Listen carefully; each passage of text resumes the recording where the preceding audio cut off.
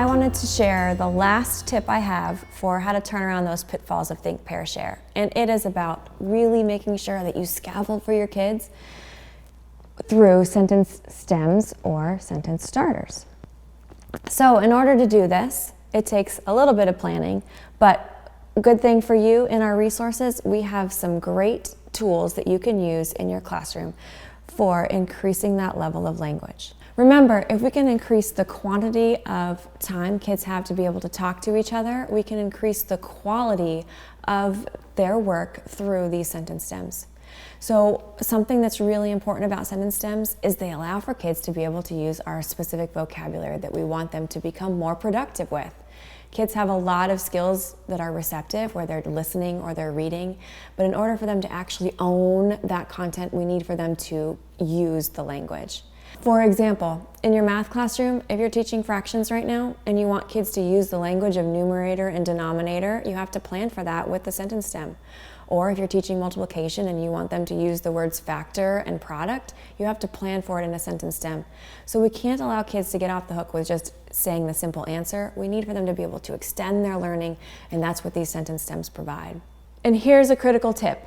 When we provide kids with these sentence stems, they're able to talk in a complete sentence, and we know if kids can talk it, they can write it. So when we allow them to be able to share with their partners in those complete sentences by using the academic language and using the text evidence, we know when we ask them to then write their thinking, it will be a much more streamlined process, and they'll be able to really write what they wanted to say in those complete sentences. It's important when using these sentence stems, again, thinking about a gradual release of responsibility, that you model how they work in your classroom.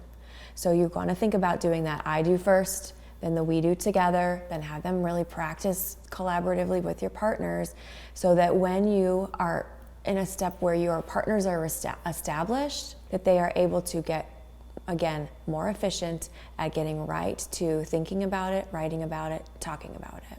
Thanks for taking the time to learn about Purposeful Partners. I can't tell you how important it is to work these strategies in to really raise the rigor in your classroom. When we establish these Purposeful Partners, it's moving beyond compliance, just that I ask a question, you answer a question, and it's really upping the level of academic achievement. So as teachers, we can teach what we want to teach, but until kids have really practiced with it and wrestled with it and received feedback on the content and the information they're getting, they're not going to get to that learning part. So this is why those Purposeful Partners really allow them an opportunity to work with someone collaboratively to get to the learning. And who doesn't want more learning in their classroom? So check out our tools and resources. There are a lot of great materials on there that you can start using in your classroom tomorrow to help you increase that level of engagement and quality of talk through the Purposeful Partners. If you like this video, please click the like button and make sure you subscribe so that you can see our next series of videos on raising academic achievement in your classroom.